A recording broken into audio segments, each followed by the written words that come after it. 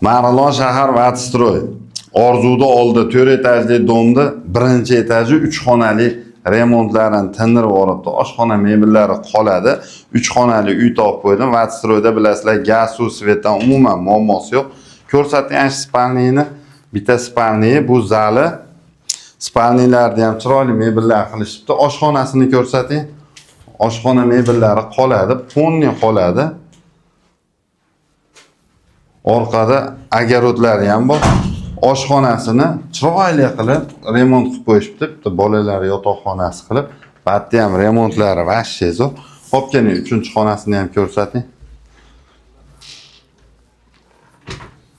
Bu ham bitta yotoqxona qilib qo'yaverasiz.